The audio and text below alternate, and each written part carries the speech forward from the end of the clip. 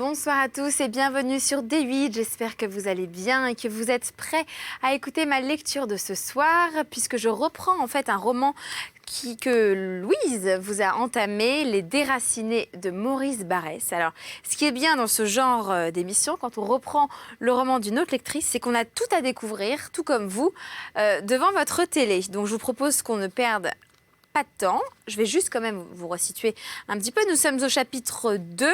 L'action se passe à Nancy et je vous laisse avec moi découvrir cette intrigue. Si vous avez la moindre question, n'hésitez pas pendant toute l'émission à réagir avec le hashtag VBN et je vous souhaite un agréable moment.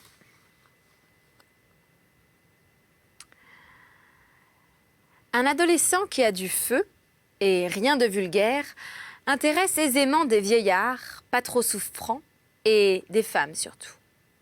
Ce nouveau pensionnaire a le bonheur de voir Paris avec des yeux tout neufs. Il est une chose qui vient de subir sa destinée, une force qui désire s'appuyer. De telles réflexions que Françoise Turel, dans sa fleur de jeunesse, si fière, eût éveillé chez un esprit philosophique, ne se formulait pas nettement pour ces retraités de l'existence qui le virent un matin prendre place à leur table. Tous, pourtant, il les rajeunit d'une aimable impression de sympathie. Il n'en prit pas conscience. Il y serait d'ailleurs demeuré insensible en ce jeune homme d'esprit audacieux, mais timide d'allure, jusqu'à la sauvagerie, s'engendrait et grandissait des sentiments nouveaux dans le dénombrement qui l'occupait tout entier. Le désir sensuel, l'amour de la gloire, la mélancolie tourbillonnait chez cet évadé depuis 2 ans. La nuit des cauchemars, lui évoquant le lycée. Il se réveillait en sursaut pour crier à son oreiller « Je suis libre, libre !» Il ajoute maintenant « libre dans Paris ». Il lui manque de comprendre sa pleine puissance et de dire « J'ai 19 ans ». Le jeune roi de l'univers, ses premiers jours furent animés de la plus violente ivresse. Il aimait le froid, qui par une douleur légère lui prouvait que cette belle vie toute neuve n'était pas un rêve. Il trouvait de la saveur à l'air qui remplissait sa jeune et fraîche bouche, ouverte pour crier son bonheur. Ce n'était point Paris, mais la solitude qui le possédait. La solitude plus enivrante que l'amour, comme il la désirait. Sa passion s'est encore irritée. Depuis le collège, dans les 4 rues de Neufchâteau, maintenant il reçoit d'elle des jouissances qui dépassent son attente. Les rues, les jardins publics, sa chambre lui offrent des voluptés qui le transportent de reconnaissance. Enfin, il pourra donc s'occuper de soi-même, et non plus dans le désert lointain où ses appels ne levaient nul écho, mais dans la ville aventureuse qui suscite et parfois récompense la hardiesse. Les méditations, les lectures, les fièvres de Sturel ne se souciaient d'aucune morale. Il se demandait seulement les moyens de s'associer à cette vie immense, étendue devant lui, misérable singulier. Ce n'est pas assez dire. Il se demandait toutes les énergies assemblées de sa jeunesse, aspirer l'air, frapper le sol de leurs pieds et hennisser comme un régiment de hussards qui attend le signal de la charge. Le 6 janvier, un jeudi soir, la cloche du dîner le dérangea dans une lecture si intéressante qu'il la poursuivit à table d'hôte. Cela déjà parut peu convenable. En outre, chacun à l'envi commentait le grand événement. Les funérailles de Gambetta, les magnificences du cortège, la perte irréparable que c'était pour la France. L'indifférence de Sturel, qui ne se détournait pas de son livre, choqua tout le monde. Et Madame de Coulonvaux crut devoir une réprimande maternelle à un si jeune homme. À votre âge, monsieur Sturel, on préfère aux questions sérieuses un roman bien amusant. Toutes ces âmes d'esclaves, se dit le jeune homme, se domestiquent à la mémoire de Gambetta. Il répliqua « Et madame, je lis un livre sublime ». Aussitôt, il craignit un léger ridicule parce que sentir avec vivacité semblait bouffon au lycée de Nancy, et sans prendre haleine, il redoubla. C'est un livre dont pas une femme ne peut médire. Il avait un tel feu dans le regard que Toutes les sympathies des femmes lui furent acquises. Il baissa la voix pour expliquer à la jeune fille assise auprès de lui ce qu'était la nouvelle Héloïse. Et comme il vit que tous l'écoutaient, une rougeur couvrit son front. Le menton de Madame de Coulonvaux a, dès le premier jour, occupé Françoise Turel, qui le juge puissant et voluptueux.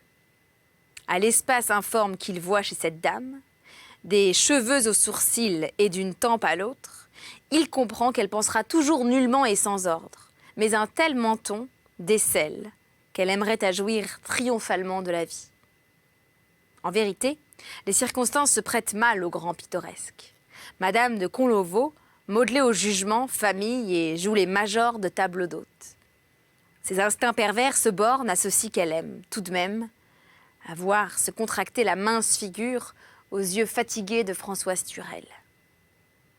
Pour obtenir ce résultat, qui divertit toute la table, elle n'a qu'à lui parler comme elle pense. Cette personne d'âme et de corps est un peu massive, de celle qui nécessite au moral l'épithète d'honorable et au physique de pectoral. Pectoral, cela se dit en zoologie des animaux qui ont la poitrine remarquable d'une manière quelconque, par exemple par la structure osseuse, par la collaboration. C'est par l'ampleur que vaut cette dame. Elle est honorable parce qu'elle honore sans vérification les braves agents de police, les intègres magistrats, les éminents et les distingués académiciens, notre incomparable comédie française, les écoles du gouvernement, les membres de l'université, la Légion d'honneur, toutes les élites, et tient pour des réalités le décor social et les épithètes fixées par le protocole des honnêtes gens. Cette vision de l'univers en vaut pour une autre et facilite le pas encore perdu l'habitude des petits-enfants d'exiger qu'en toute chose, on soit sincère, on soit logique et véridique. Madame de Coulonvaux est en réalité une pauvre innocente, accablée de charges et qui ne tient pas à ce qu'elle dit. Tandis que dans cet âge où l'on croit aux idées simples, Sturel, à toute minute, prend les armes pour défendre ses opinions et se hérisse contre des mots. « Vous reconnaissez bien, dit-elle, que Gambetta est un grand homme. On n'occupe pas d'aussi haute situation sans une valeur exceptionnelle. » Sturel, qui penchait à accorder le premier point, soit la qualité de grand homme à Gambetta, fut indigné par l'ampleur de la seconde proposition, à savoir que tout individu appelé à des charges importantes en serait digne. Par mépris, il dédaigna de répondre. L'administration organisée pour ce pays par Gambetta, et que M. Jules Ferry va fortifier sans y rien modifier, dure et durera. Cette tablée de médiocres ne se trompe pas en constatant l'importance de celui qui vient de nourrir. Seulement, ils affirment au petit bonheur, et sans renseignement particulier. Ils sont disposés à attribuer la même valeur à toute puissance de fait. Et n'est-ce pas de leur part fort raisonnable? Ils ignorent tout. Or, leurs besoins individuels, pourvu qu'ils soient à l'abri de la misère et de la souffrance, ils se désintéressent de la collectivité et du gouvernement. Ou d'ailleurs, ils n'entendent rien. Ils sont nés pour subir. Dès lors, quand ils inclinent leur cœur ignorant et soumis devant un dictateur honoré d'un enterrement national, ils sont dans la vérité et dans la logique de leur ordre. En outre, de leur point de vue, ils distinguent en ce jeune garçon l'agaçante fatuité des adolescents inexpérimentés. Mais pour celui qui, d'un lieu supérieur, serait à même de les départager, Sturel lui aussi a raison.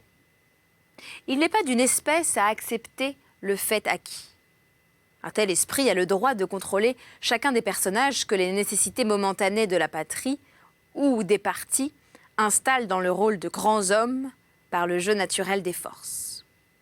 Son tort, c'est que par grand homme, par le jeu naturel des forces, par une timidité qui a les apparences du dédain, peut-être aussi par incapacité de se formuler, il ne prononce pas les paroles qui eussent mis son âme à la portée de son auditoire.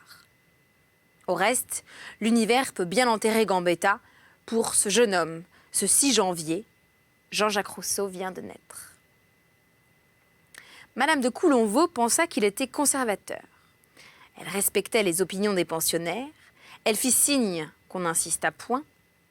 Toutefois, parce qu'elle aurait pu être sa mère et qu'elle aimait à le voir tout frémissant. « Monsieur Sturel, interrogea-t-elle, jeudi vous êtes parti. Vous nous resterez ce soir, n'est-ce pas ?» Le jeudi étant le grand jour de la villa, il y avait réception et souvent on dansait. Des jeunes gens venaient du dehors, introduits par quelques pensionnaires. À leur tour, ils amenaient des camarades.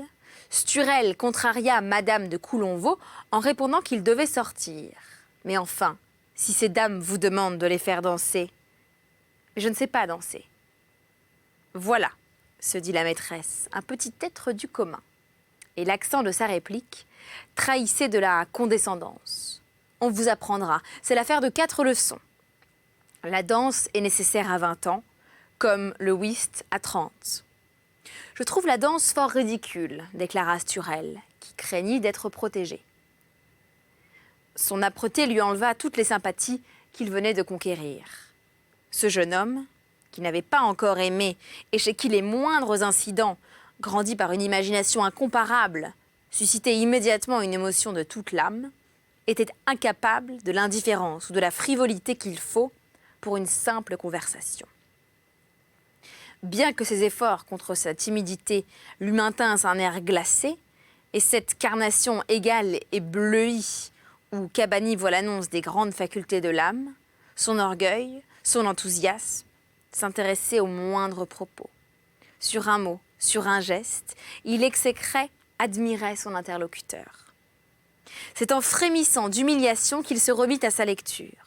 Les lignes dansaient devant lui. Averti par son instinct de la légère coalition, que son attitude, incompréhensible, déterminait, il releva la tête et vit les pensionnaires échanger des regards qui signifiaient « Quelle arrogance de jeunesse !» Alors, il les défia d'un air si dur qu'ils eurent l'idée de le respecter. Seule, sa voisine l'examinait, avec les yeux les plus beaux du monde, où beaucoup d'amitié apparaissait en même temps, d'une grande envie de rire. Une curieuse image à la grande ville, cette jeune fille de 17 ans. C'est la fleur sur sa tige, sa tête délicate, orientée par la curiosité comme vers le soleil, son corps, fait pour les parures, est tel que, tout passant, séduit en une minute, voudrait une occasion de la protéger. Elle plut à Sturel parce qu'elle avait l'air enfant, et qu'il se savait malgré tout un enfant.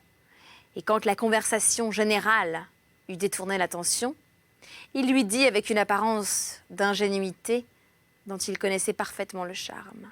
« Et pourtant, mademoiselle, je ne suis pas si insensible que ces êtres-là veulent le croire, au plaisir qu'on peut trouver tout à l'heure au salon. » Il y avait cette fois encore, dans son regard, une expression timide et brûlante, dans la manière de dire « ces êtres-là », une fierté qui saisit la jeune fille. François Sturel est vraiment tombé du lycée comme de la lune. Il regarde cette jeune fille, lui sourit parce qu'elle lui est agréable, sympathique, mais ne s'inquiète pas même de son nom. Depuis 6 jours installé à la villa, il ignore qu'il est assis auprès de mademoiselle Thérèse Allison, sa compatriote. Mais il découvre tout à coup qu'il aimerait causer avec elle de l'avenir. Madame Allison avait épousé un industriel brutal et débauché. Elle s'abstint de plaider en séparation par crainte de nuire à leur fille. Elle passe 10 mois de l'année en voyage et à Paris avec la jeune Thérèse qui eut gêné son père désireux d'user en pacha de ses ouvrières. Dans une existence errante, Madame Allison, profondément imbue des idées d'une petite ville, se préoccupe surtout d'éviter les soupçons que soulève aisément une femme négligée. Mais cette honnête volonté supplée mal au bon sens qui lui manque. Que font ces dames dans la maison Coulonvaux, à la vie d'appartement trop isolé et par là peu convenable? Madame Allison préfère les mœurs au grand jour de la pension. Et puis, d'agréables connaissances qu'on y fait aident à former la jeunesse. C'est par une suite de ces raisonnements gauches et puérils que la pauvre femme a placé Thérèse dans des conditions où la vraie nature de la jeune Lorraine s'est voilée. Il est mauvais de faire voyager les petits-enfants et aussi les âmes des femmes. Les meilleurs sont d'un seul paysage. La multiplicité des contacts a si bien vécu la timidité chez mademoiselle Allison et la variété des séjours si forts réduit ses préjugés qu'elle paraîtra aisément suspecte à une société fortement encadrée. Quelle injustice! Tous ces milieux, et quelques-uns si ardents, n'ont pas mis sur l'âme de cette petite Lorraine le hâle léger que le soleil impose aux baigneuses de Carlsbad, quand il en fait d'éphémères tziganes. Il faudrait plutôt l'admirer dans ces vies libres, sans entrave, de parenté ni de mœurs familiales, où toutes coutumes sont confondues. Quelle fermeté, quelle dignité sont nécessaires, sous des climats qui pourraient saisir, parmi ces jeunes gens les plus désœuvrés, les plus aimables. Quel courage, quelle opiniâtre résistance. Que de dangereuses victoires ne dut-elle pas remporter chaque saison dans ces pays de volupté, de la rive niçoise au Danube, où tout intéresse les sens. Un instant de faiblesse, une inattention par griserie, bonté.